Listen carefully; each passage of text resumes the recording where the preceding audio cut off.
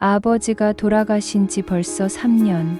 그동안 어머니 혼자 집을 지키며 사셨습니다. 딸인 저는 결혼했다가 이혼하고 지금은 아이와 함께 월세집에서 살고 있었죠. 하루하루 팍팍했지만 그래도 버텼습니다. 그런데 며칠 전 어머니가 저를 따로 부르시더니 뜻밖의 이야기를 꺼내셨습니다. 내 동생 결혼 날짜 잡았다. 그래서 이번에 너희 아버지 명의로 된 집, 그걸 동생 신혼집으로 줄 생각이다. 순간 숨이 턱 막혔습니다. 그 집 아버지 돌아가시고 엄마 혼자 지킨 집이잖아요. 왜 그걸 동생한테 줘? 어머니는 태연히 말했습니다. 넌 이미 결혼했다. 이혼했잖니. 다시 갈 일도 없고 지금은 아이 키우느라 바쁘잖아. 너도 이제 너 삶 챙겨야지. 그 말에 저는 말문이 막혔습니다. 그럼 전요? 지금 당장 아이랑 월세방에서 힘겹게 살고 있는 저는요? 신혼 시작하는 아들은 주고 이혼하고 아이 키우는 딸은 계속 월세 살라는 말이에요? 어머니는 조금 언짢은 표정으로 말했습니다. 그래도 걔는 이제 시작이잖니. 넌 지난 일이 있고 스스로 선택한 길이잖아. 그날 밤 저는 잠을 이루지 못했습니다.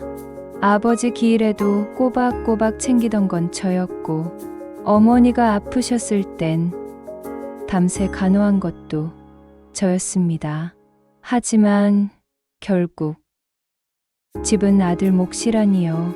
속에서 무언가 부글부글 끓어오르기 시작했습니다. 이대로 넘기지 않겠다고, 이번엔 반드시 목소리를 내겠다고 결심했죠. 며칠을 고민했습니다. 정말 이걸 그냥 넘길 수 있을까? 내가 침묵하면 이 불공평함은 그냥 굳어지는 걸까? 결국 저는 어머니를 다시 찾아갔습니다. 엄마, 그 집, 그거 아들한테 그냥 넘기면 안 돼. 그건 아버지 명의였고 상속 대상이잖아. 어머니는 당황한 얼굴로 말했습니다. 그래도 내 동생은 이제 시작이잖니. 그 집 하나 없어도 넌 이미 사는데 문제 없잖아. 엄마, 나 지금도 월세에 살고 있어. 아이 학원비, 생활비 빠듯해. 근데 그 집은 왜 아들한테만 출발선이 되어야 해? 어머니는 말이 없었고 저는 덧붙였습니다. 난 아버지 돌아가시고도 그 제삿날 한 번 안 걸은 적 없고 엄마 아프실 땐 밤샘 간호도 내가 다 했어. 그 집을 지킨 건 엄마 혼자 아니었어. 어머니는 뭔가 할 말을 잃은 듯 보였지만 그때 막내 동생이 집에 들어섰습니다. 뭐야? 또 유산 얘기야? 누나는 그냥 월세 살다가 시집 다시 가면 되는 거 아니야? 그 말에 제 속이 북을 끓었습니다. 다시 가긴 어딜까? 넌 인생이 리셋 버튼처럼 쉬워 보여? 왜 아들은 집을 받고 딸은 다시 시작조차 허락 안 받아야 해? 동생은 피식 웃으며 말했습니다. 엄마가 결정한 건데 뭐. 어차피 집 명의도 곧 바꾸기로 했거든. 그 말을 듣는 순간 저는 입술을 꽉 깨물었습니다. 이젠 말이 아닌 행동으로 막아야 할 때라는 걸 느꼈습니다. 그리고 바로 다음 날 저는 동사무소에 상속재산 분할 관련 서류를 요청하러 갔습니다. 며칠 후 상속재산 분할 청구에 필요한 서류를 챙긴 저는 법률 상담을 받기 위해 변호사 사무실을 찾았습니다.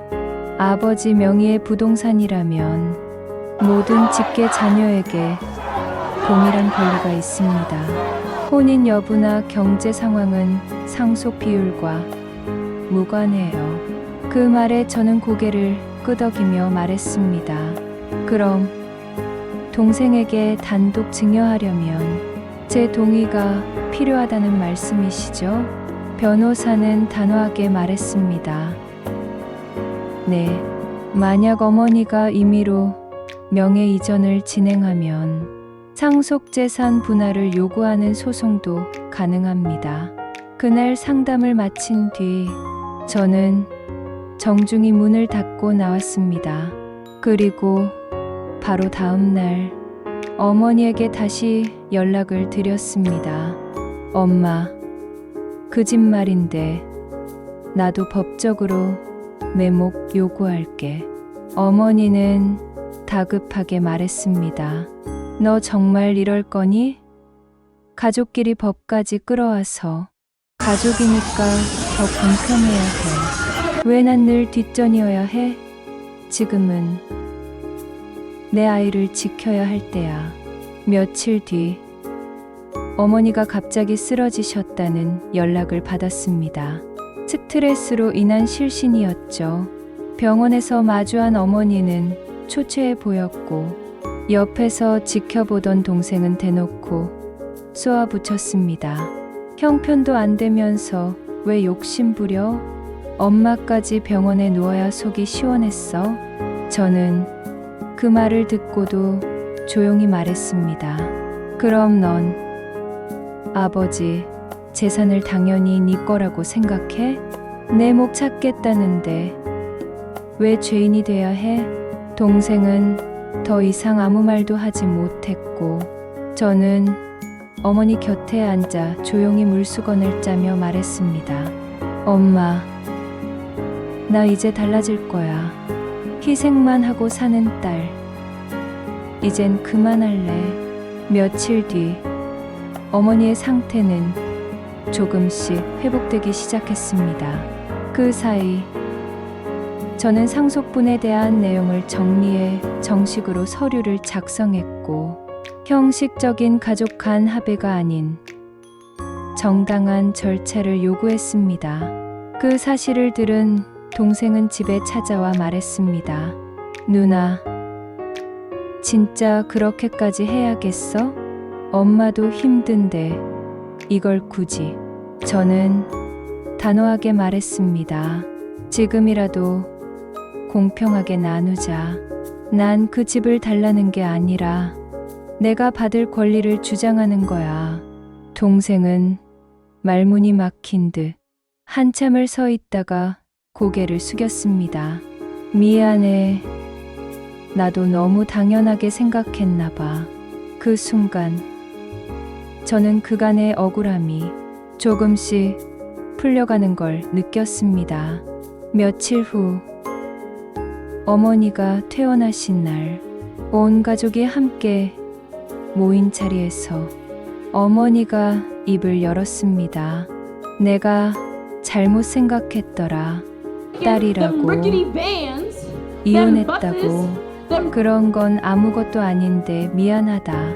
모두 조용히 고개를 숙였고 저는 말없이 눈물을 삼켰습니다. 앞으로는 누구도 소외받지 않도록 할게. 내 몫은 당연히 챙겨야지. 그 집도 내 아버지 이름이 남아있는 한 너희 둘 다의 몫이야. 그 말을 듣고 동생도 조용히 고개를 끄덕였습니다. 누나, 고마워. 나도 이젠 누나 편 좀 들게. 그날 밤 집으로 돌아오는 길 아이 손을 잡고 걷는데 마음이 묘하게 편안해졌습니다. 이제야 나도 누군가의 보호자가 아니라 한 사람으로 존중받고 있구나 하는 생각이 들었죠. 어머니의 말 한마디는 그동안 제 마음속에 쌓였던 돌덩이를 조금씩 녹였습니다. 하지만 저는 알고 있었습니다. 진짜 변하는 말보다 행동에서 시작된다는 것을요. 그래서 다음 날 저는 변호사 사무실에 다시 연락해 소송 진행을 중단하고 가족 간 조정 절차를 요청했습니다. 이번엔 정말로 서로를 위한 합의를 해보고 싶어요. 며칠 뒤 가족회의가 열렸고 공증인을 두고 정식 문서가 작성됐습니다. 아버지의 집은 두 남매가 공동 명의로 상속받고 그 외 남은 소유 재산에 대해서도 서로 협의해 균등하게 나누기로 했죠. 그날 회의가 끝난 후 어머니가 조용히 제 손을 잡고 말했습니다. 너 요즘 말도 행동도 너무 야무지다. 이제 엄마가 기댈 사람이 너밖에 없는 것 같아. 저는 웃으며 말했습니다. 엄마, 이제 나도 엄마처럼 강해졌나 봐. 며칠 후 동생 부부가 저희 월세 집으로 찾아왔습니다. 누나, 혹시 시간 좀 돼? 우리 집 근처에 괜찮은 전셋집 알아봤어. 그 집 계약 도와줄게. 순간 울컥했지만 저는 담담히 말했죠. 고마워. 이번엔 정말 고마워. 그날 이후 우리 가족은 조금씩 다시 가까워졌습니다. 예전처럼 모든 게 원래대로 돌아오진 않더라도 서로를 존중하려는 마음만큼은 분명 생겨난 겁니다. 그리고 저는 다짐했습니다. 앞으로는 어떤 상황에서도 내 권리를 스스로 지키며 살아가겠다고요. 몇 달 후 새 전셋집에 이사한 저와 아이는 비로소 쉼을 느낄 수 있었습니다. 아이 방에 햇살이 가득 들어오는 걸 보며 저는 문득 아버지가 떠오르기도 했습니다. 아빠 이제야 조금 숨통이 트여요. 엄마도 동생도 모두 조금은 달라졌어요. 저도 달라졌고요. 어느 날 어머니가 조심스레 찾아오셨습니다. 혹시 다음 주 아버지 기일에 같이 갈 수 있을까? 저는 고개를 끄덕이며 말했습니다. 그럼요, 엄마. 이번엔 우리 네 가족 다 함께 가요. 기일날 가족이 모두 모여 아버지 산소 앞에 섰습니다.